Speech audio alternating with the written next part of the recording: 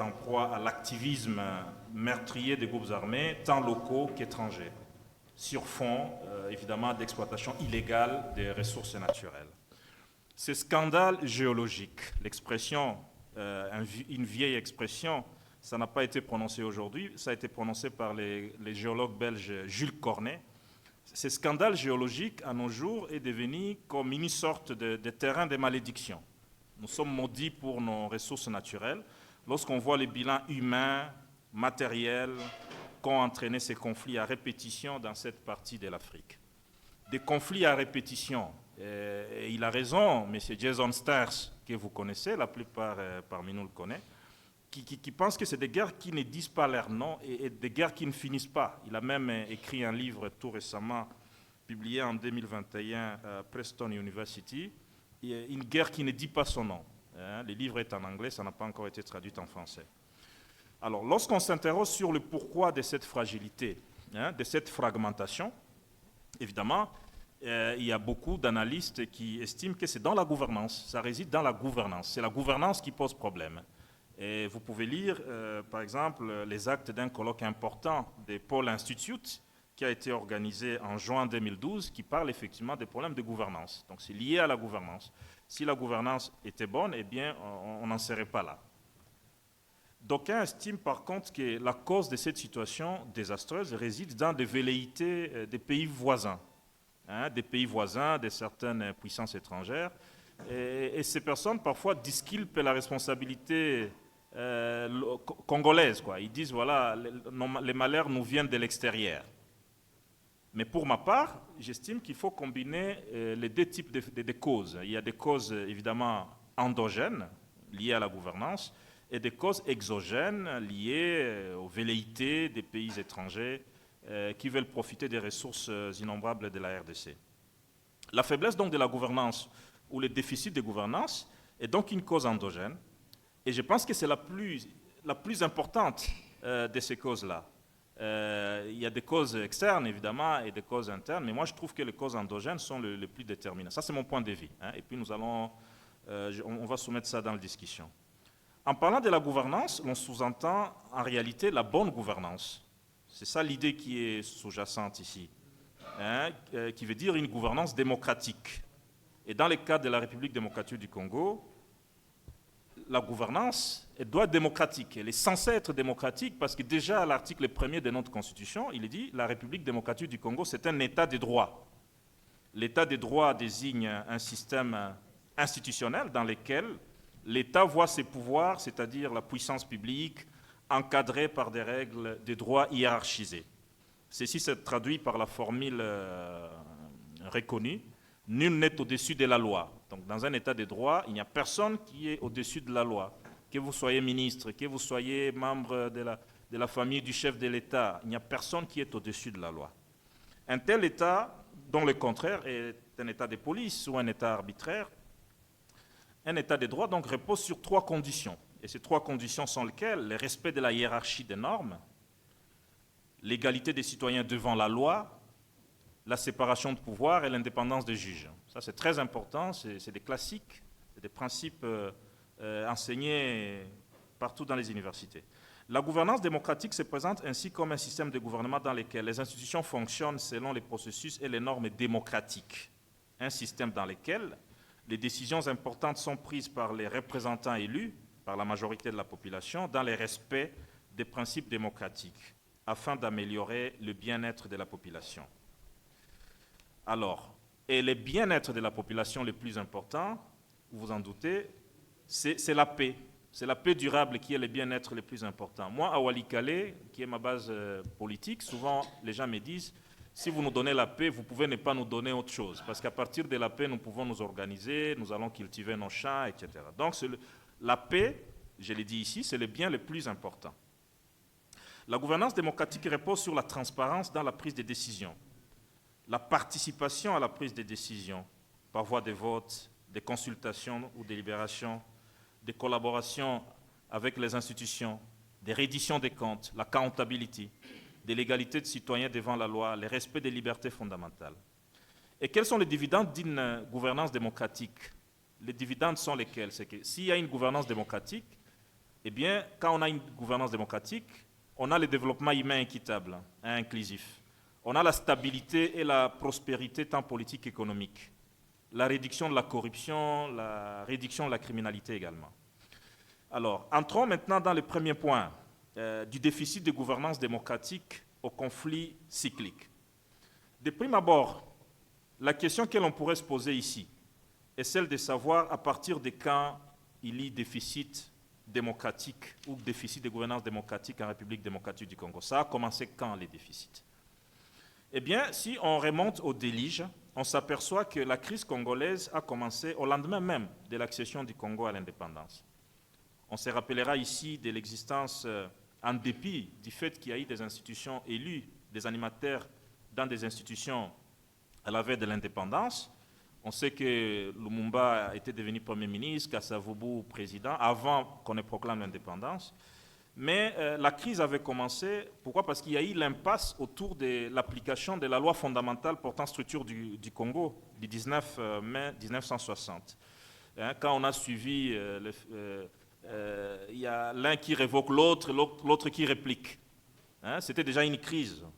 Et après, on sait ce qui s'est passé par la suite, les coups d'État, les premiers coups d'État du maréchal Mobutu, parce qu'il a fait 2 coups d'État, en 60 le premier coup d'État et en 65 le deuxième, l'assassinat de Lumumba et les rébellions à travers le pays, à l'ouest, au Kwilu, au Maniema, à Kisangani, etc. Si une apparente stabilité institutionnelle a pu régner durant les 30 ans de pouvoir de Mobutu, en réalité, cette stabilité n'est pas à considérer comme une paix durable. Parce que la paix durable ne peut se concevoir vraiment que dans le cadre d'un régime démocratique, alors que le régime de Mobutu n'était pas démocratique. Donc c'était un régime autoritaire, mais qui a su maintenir une certaine stabilité. Mais la paix durable, telle que je la conçois, elle doit être fruit d'un régime démocratique, d'une gouvernance démocratique. La longue transition, elle était longue cette transition, comme le dit d'ailleurs Honoré Ngbanda dans son livre « Les longs tunnels », entre 1990 et 1996, bien que cette longue transition n'ayant pas été marquée par des guerres, mais excepté évidemment des tensions ethniques au Nord Kivu, elle ne fut pas aussi une période conduite selon les règles démocratiques, parce que c'était toujours Mobutu qui était à la tête, quand bien même qu'on pouvait élire un Premier ministre à la conférence nationale, par après tout était remis en cause, donc on n'était pas dans le cadre d'une gouvernance démocratique. La deuxième question que l'on se pose après celle de savoir quand est-ce que tout ça a commencé, la deuxième question c'est de savoir pourquoi depuis l'avènement de la Troisième République, parce qu'on est dans un état de droit, on a des institutions élues en 2006, pourquoi depuis qu'on a cette nouvelle constitution, depuis qu'on a cette Troisième République, la paix n'est toujours pas retrouvée? Je pense que la première hypothèse de réponse me semble être le fait que le gouvernement n'a pas manifesté une réelle volonté politique de refonder l'État, parce qu'il fallait refonder l'État. On venait d'une guerre, les pays étaient divisés, eh bien il fallait refonder l'État, lancer les réformes, et notamment la réforme du secteur de sécurité qui implique l'armée, la police, la justice, les services de sécurité. Si les lois ont été promulguées, les lois organiques de l'armée, de la police, et même des cadres programmatiques, des plans d'action, l'on a constaté un manque de transparence, la faible consultation des acteurs impliqués, la corruption, y compris même dans les secteurs sensibles, les secteurs de sécurité. Si une première alternance au pouvoir a eu lieu en 2019, sans un seul coup de feu, comme le disait le dramaturge Tchèque Fita, des défis restent énormes pour que les secteurs de sécurité soient réellement démocratiques, pour que la gouvernance de ces secteurs soit réellement démocratique, afin que la République démocratique du Congo retrouve une paix durable. La paix durable, c'est quoi? La paix durable ne peut pas se réduire à l'absence des armes.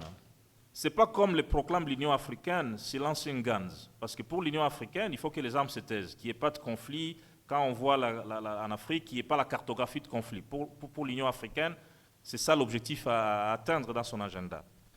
Mais moi, je pense que la paix durable, c'est au-delà de ça. C'est un peu comme c'est vraiment ce que pense le pape Jean XXIII dans son encyclique Pacem in Terris. La paix est entre la paix durable, c'est la paix entre toutes les nations. Une paix fondée sur la vérité, la justice, la charité et la liberté. l'encyclique Pacem in Terris de 1963 du pape Jean XXIII. Dans l'esprit de cette encyclique, un accord de paix, un cessez-le-feu, une paix des braves, sans réconciliation et sans réparation, ne peuvent pas permettre une paix durable. Donc on peut signer les accords de paix, il peut y avoir la paix des braves, on se serre la main, des photos. Eh bien, si on n'a pas encore arrivé à une réelle réconciliation, dans la vérité, c'est difficile. Il convient donc de s'attaquer aux causes profondes des conflits. J'ai entendu parler de ça, hein, les causes profondes des conflits. C'est très important de les analyser. Mais évidemment, l'analyse des causes profondes des conflits ne veut pas dire donner une prime à la guerre. Je crois que vous comprenez de quoi je parle. Mais ça reste important de s'attaquer aux causes profondes des conflits, parce que ce n'est qu'en s'attaquant aux causes profondes des conflits qu'on peut poser les jalons d'une paix. Une paix durable qui est différente d'une paix momentanée, hein, qui doit être différente d'une paix saisonnière. Ce n'est pas qu'on a une paix aujourd'hui, après une année, on retombe dans des violences. Il est vrai que les richesses innombrables de la République démocratique du Congo attirent les convoitises. Donc je suis d'accord avec ceux qui pensent qu'il y a des causes exogènes et contribuent à l'explosion des guerres et la prolifération des groupes armés. Cependant, il sied de noter que les convoitises, les mafias, les plans macabres trouvent souvent en interne des complicités et des conditions favorables pour leur développement. S'il n'y a pas de complicité en interne, c'est difficile que ces plans se développent. Bref, il existe un terreau fertile qu'il convient d'extirper, et la seule façon d'extirper ces terreaux fertiles, hein, dont profitent les convoitises, c'est de lancer vraiment des réformes durables et de construire un état de droit. Les minerais exploités à l'est de la République démocratique du Congo sont considérés toujours comme des minerais de sang. Quand on voit évidemment les conditions dans lesquelles ces minerais sont exploités, c'est vrai qu'il y a des efforts internes, les codes miniers, des efforts sur le plan régional. On avait lancé le mécanisme régional de certification, hein, de la CIRGL. Mais c'est des efforts encore isolés. Les Américains avaient promulgué la loi Dodd-Frank en 2010 sous la présidence Obama. Les Européens également une législation sur les minerais, mais c'est des efforts qui sont encore soit isolés, soit timides. Les minerais restent donc encore, et malheureusement, les nerfs de la guerre. Et la cartographie des groupes armés, si vous remarquez, c'est une cartographie qui est presque comme celle, dans les mêmes endroits qu'il y a des groupes armés, c'est dans les mêmes endroits qu'il y a des minerais importants. La République démocratique du Congo est également enclavée. Tout ça, c'est des causes de conflits. Un pays enclavé qui n'est pas interconnecté. Et c'est difficile de créer les marchés intérieurs, et c'est difficile de permettre aux gens de s'épanouir. Nous sommes d'avis avec ceux qui pensent que la route chasse l'insécurité. Ceci s'entend par le fait que l'entretien des routes, l'amélioration des routes, ça peut contribuer efficacement à la lutte contre l'insécurité, la délinquance. Et ça peut permettre aussi d'encadrer les gens, de donner de l'emploi aux gens. Parce que l'une des causes des conflits à l'Est aussi, c'est qu'on a une jeunesse qui n'est pas encadrée. Il n'y a pas de perspective. Il y a certains dirigeants qui estiment que si vous construisez des routes ou si vous construisez l'armée, eh bien, vous êtes en train par là d'accroître les risques de fragilité de l'architecture gouvernementale. Mais ils se trompent. Pourquoi? Parce que l'absence de routes, l'absence de sécurité, c'est ce qui conduira à une accumulation de frustrations. Et dans cette accumulation de frustrations, le terreau fertile pour de la violence ne pourra qu'augmenter, ne pourra que s'agrandir. Et maintenant, nous entrons dans le deuxième point. Que faire pour sortir des chemins battus, pour construire une paix durable? La paix et la sécurité en République démocratique du Congo est un chantier toujours ouvert. J'ai sorti cette phrase de Congo-Afrique dans son édition spéciale de 2010, axée sur la paix et la sécurité, parce qu'en 2010, effectivement, en décembre, Père Rigobert, il y a eu une rencontre de ces gens et Congo-Afrique avait sorti un numéro sur la paix et la sécurité. C'est un chantier toujours ouvert. La paix et la sécurité, écrivait le Père Dieudonné Mampassi, ne sont pas un chantier quelconque. En fait, c'est le chantier le plus important, celui de la paix et la sécurité, qui conditionne tous les autres chantiers. Quand Kabila avait lancé ces 5 chantiers, eh bien, il y a ceux qui disaient, l'opposition rétorquait en disant c'est la sécurité qui est le chantier le plus important. Donc je partage l'analyse ici de Père Dieudonné, Mampassi, qui estime que c'est le chantier le plus important, celui de la paix et de la sécurité. Le père Ferdinand Mouigui-Roy, pour sa part, dans un autre numéro justement de Congo-Afrique, les 450, estime, et là il cite l'encyclique du pape Paul VI, Populorum Progressio, qu'un développement pleinement humain doit concerner tous les aspects de l'homme, pris individuellement, et c'est de tous les hommes. Il précise que la paix et le développement sont intimement liés. Il n'y a pas de développement sans paix, estime le pape Paul VI. La paix est donc la condition sine qua non du développement, et le développement, au sens où nous l'entendons ici, doit inclure une paix comme une forme de justice parmi les hommes. Ceci est vrai pour la République démocratique du Congo, où jadis, comme on le sait, il y a des espaces qui étaient considérés comme des espaces verts, comme le Massissi par exemple, qui sont devenus aujourd'hui des espaces, des zones rouges. Vous pouviez arriver à Massissi si vous voyez des vaches à perte de vue, des cheptels bovins, mais aujourd'hui, c'est des zones rouges. Vous allez apercevoir des groupes armés, des Wazalendu, etc. Et tout ça, il n'y a pas très longtemps, il n'y a pas un demi-siècle que c'était vert. Il y a juste une trentaine d'années. Alors, les agriculteurs, ils ne savent pas comment cultiver encore. Ils ont peur de perdre les récoltes, tout comme les éleveurs ne savent plus comment faire paître leur bétail. Et le conflit entre éleveurs et agriculteurs ne fait que se pérenniser. La paix durable doit être la résultante d'un développement non seulement quantitatif. Il ne faut pas seulement qu'on dise, voilà, les chiffres, les statistiques, les grandeurs macroéconomiques, tout ça. La paix doit être surtout qualitatif. Les conditions de vie, la qualité, comment les gens vivent cette croissance. Depuis quelques années, on le sait, si on voit les chiffres et les statistiques, le budget de l'État congolais est en augmentation. On est passé de 40 milliards de francs congolais à 50 milliards de francs congolais. Et donc, si on voit les statistiques, eh bien, même la production minière pétrolière, eh bien, il y a lieu de s'en féliciter. Mais est-ce que ça impacte sur le social, sur le panier de la ménagère? C'est à ce niveau que se trouvent les défis.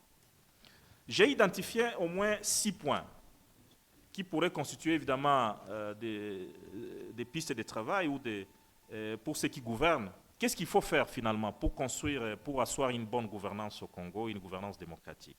Je crois qu'il faut diversifier l'économie congolaise, parce que l'économie congolaise reste celle dépendante largement des ressources naturelles, des minerais. Il faut développer d'autres secteurs, parce que développer d'autres secteurs, ça fera ce qu'on puisse encadrer les gens, encadrer la jeunesse et offrir des opportunités aux gens, aux jeunes. On pourrait développer l'agriculture, on pourrait développer l'élevage, la pêche. Donc il n'y a pas que les minéraux en République démocratique du Congo. Je pense, comme deuxième point, à part la diversification de l'économie congolaise, je pense qu'il faut une meilleure répartition du revenu national. Le budget national en République démocratique du Congo reste déséquilibré, très déséquilibré. Et c'est un budget en réalité au bénéfice des institutions politiques. Si vous lisez une dépêche de Radio Okapi d'octobre 2023, les députés s'en étaient plaints d'ailleurs, pour parler des dépassements. Il y a eu beaucoup de dépassements, presque 5 milliards de dollars dans les dépassements. C'est soit au niveau de la présidence, de la primature, des institutions. Et donc, c'est un budget pro-institution, alors que ça devait être un budget pro-social. Et avec tout ce qu'on sait des paiements en procédure d'urgence, et donc le défi reste à ce niveau. Comment faire en sorte que le revenu national soit bien partagé? Que faire pour que le bonheur national soit partagé? Parce qu'il faut partager le bonheur. C'est très important pour limiter les frustrations. Les parlements devraient continuer à exercer le contrôle politique sur le gouvernement et dégager les équilibres nécessaires pour réduire le fossé social entre les dirigeants politiques et administratifs et la population, parce que le fossé est grand. La société civile devrait pour sa part aussi exercer la gouvernance participative à travers les contrôles citoyens de l'action publique. C'est ce que fait Christian, mon ami Christian Moleka. Troisième point, la volonté politique dans la concrétisation des réformes, comme celle du secteur de sécurité. L'armée congolaise reste à réformer. La promulgation en 2022 d'une loi de programmation militaire prévoyant près de 1 milliard de dollars par an du budget de défense et l'augmentation des allocations annuelles de l'armée ne suffisent pas. Ne suffisent vraiment pas pour opérer un changement tant qualitatif que quantitatif. Pourquoi? Parce qu'il y a encore des plaintes à ce niveau. Des militaires qui se plaignent encore, leurs conditions ne sont pas encore améliorées. Une définition claire aussi de la vision et de la stratégie nationale de défense s'avère d'une impérieuse nécessité. Il faut améliorer les relations entre les civils et les militaires. C'est aussi un travail qui n'a pas encore été fait. Les négociations pour mettre fin à la guerre ne devaient pas être, à mon avis, et ça c'est l'actualité, une nouvelle occasion pour affaiblir l'armée congolaise. À travers des intégrations et des mixages, il faudra faire attention et tirer les leçons du passé. Tout comme pour les DDR, les désarmements, démobilisation et réinsertion, qui est un programme d'appui à la refondation de l'État, il faut tirer les leçons des anciens programmes DDR et assurer vraiment un bon retour à la vie civile aux ex-combattants. Le quatrième point, c'est la réconciliation. On n'en parle pas assez. Il faut une réconciliation nationale. Il faut qu'elle soit finalement appliquée. Parce que les tensions communautaires continuent, que ce soit sur le haut plateau au Sud Kivu, entre le Banyamulenge et les autres, que ce soit au Nord Katanga, un peu partout, il y a beaucoup de conflits latents. La méfiance reste perceptible entre les populations, y compris dans les grandes villes. On peut dire que voilà, c'est une réalité du Sud Kivu, de l'Ituri ou du Nord Kivu, même à Kinshasa. Hein, on vous regarde encore, on vous fixe dans les yeux, quoi, hein, pour vous identifier, savoir vous venez d'où. Hein, vous vous exprimez, on cherche à savoir, mais il vient d'où. Donc, il faut de la réconciliation. En 2003, après les dialogues intercongolais de Sun City, on avait créé la CVR, la Commission Vérité et Réconciliation. C'est vrai que son bilan a été mitigé, la Constitution de 2006 ne l'a pas reprise, mais je pense qu'un pays ne peut pas fonctionner sans un mécanisme national de réconciliation. Il faut y penser. Les gouvernements devraient s'inspirer, pourquoi pas des expériences locales aussi. Hein, au Nord Kivu, il a existé ce qu'on a appelé le Barza intercommunautaire. Ça peut être un success story, pourquoi pas, il faut s'en inspirer. Mais en tout cas, le pays ne peut pas continuer à fonctionner sans un mécanisme national de réconciliation. Le cinquième point, c'est la décentralisation.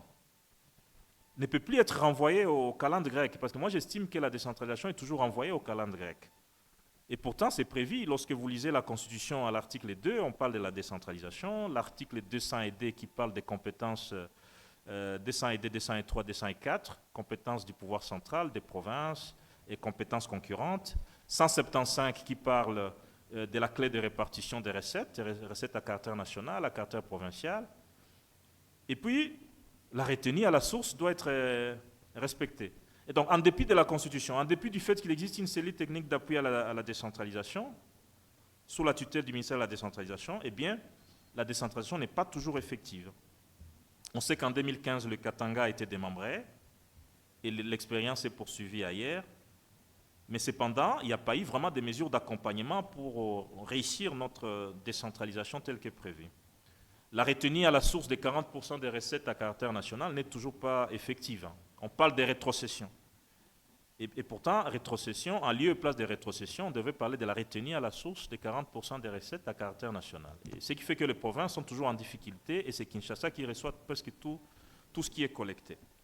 Les élections locales devaient être organisées. Il y a eu une toute première expérience déjà en décembre 2023, mais ça doit se poursuivre. Pas seulement organiser les présidentielles, les législatives et les provinciales, il faut organiser les élections locales. Parce que le chef des secteurs doit être contrôlé. Il ne doit pas être et se comporter comme un roitelet. Le dernier point, c'est la consultation du Parlement lors des négociations des accords bilatéraux et multilatéraux. J'ai pensé parler de ça parce que moi-même j'étais parlementaire. Et les parlementaires que vous voyez, souvent on ne les consulte même pas. Il y a plusieurs accords qui ont été signés. Ça peut être l'accord avec l'Ouganda, hein, ça peut être l'accord avec le Burundi, hein, des accords surtout à caractère sécuritaire, les parlementaires ne sont pas souvent consultés. Pourtant, l'article 214 dit que les traités de paix, de commerce, c'est relatif aux organisations internationales et au règlement des conflits internationaux, ne peuvent être ratifiés ou approuvés qu'en vertu d'une loi. Hein, ça veut dire que ça doit passer au Parlement. Mais souvent, les parlementaires ne sont pas consultés, mais ils doivent demander à être consultés. C'est très important parce qu'ils ont le pouvoir sur le gouvernement qui est politiquement responsable devant le Parlement. En conclusion, est-ce qu'une paix durable est possible? J'ai dit oui. Pourquoi? Parce que les conflits, comme l'a dit Père Alain Nzadi, ce n'est pas une fatalité. Donc la paix durable reste possible, en dépit de la persistance des conflits sur terrain. Et l'UNESCO dit ceci, quand vous lisez les préambules de son acte constitutif, les guerres prenant naissance dans l'esprit des hommes, c'est dans l'esprit des hommes que doivent être élevées les défenses pour la paix. Les conflits à l'est de la République démocratique du Congo n'est donc pas insurmontable. Il faut pour cela, comme le disait le père Alain Zadi, il faut la volonté politique, la dépolitisation des conflits ethniques, c'est très important. Je suis aussi de l'avis du père Rigobert, qui a estimé dans un numéro aussi de Congo-Afrique qu'il faut éviter la multiplication des initiatives concurrentes pendant qu'il n'y a pas une faible appropriation à la base. C'est vrai avoir des initiatives de paix, on en parle, on en parlera aujourd'hui, mais il faut aussi une appropriation à la base, il faut aussi éviter une précipitation dans la conclusion, la signature des accords, que ce soit des accords politiques et économiques. Alors, j'ajoute à ce qu'il a dit, en disant que ce soit des accords entre Congolais, que ce soit des accords avec les partenaires régionaux ou extérieurs. Maintenant, là, on est en instance, ça peut être avec des Américains, ça peut être avec les Qataris, avec les Rwandais et tout. Il ne faut pas avoir de la précipitation à signer les accords, il faut analyser les contours. Je suis d'accord aussi avec mon frère Lalo, Jean Bosco, qui estime que le gouvernement ne devrait pas demeurer dans des promesses. Il l'a dit dans un numéro de Congo-Afrique, que le gouvernement ne doit pas demeurer dans des promesses, sans action, et il doit vraiment appliquer ce qu'il promet. Je suis tout à fait d'accord avec lui. Et je pense que ce soit pour l'Ituri, tout comme pour les Kivu, je vais terminer dans une minute, il ne faudrait pas qu'on reste dans les tout militaires, parce qu'il y a une certaine conception qui estime que tout va se solder militairement. Je pense que les tout militaires ou l'approche militaire il faut quand même le dire, avoir le courage de le dire, que ça a montré ses limites. Ma conviction profonde est qu'il faut mettre beaucoup plus l'accent sur la solution diplomatique et que l'approche militaire doit rester sous forme de dissuasion. Mais ce qui peut nous amener vraiment à la paix de manière rassurante, c'est la solution diplomatique. Et ça doit être l'engagement de tout le monde. Et il ne faut pas que ce soit seulement l'engagement des chefs d'État ou des dirigeants de la région.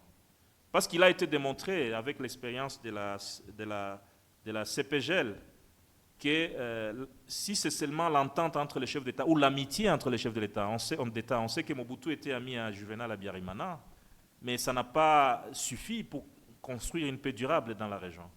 Il faut aussi, pas seulement l'amitié des chefs d'État ou des politiques de la région, il faut l'amitié des peuples, il faut la cohésion des peuples. Il faut donc éviter ce qu'on appelle l'hyperpolitisation des institutions politiques africaines. Il faut rapprocher les peuples, il faut rapprocher les sociétés civiles,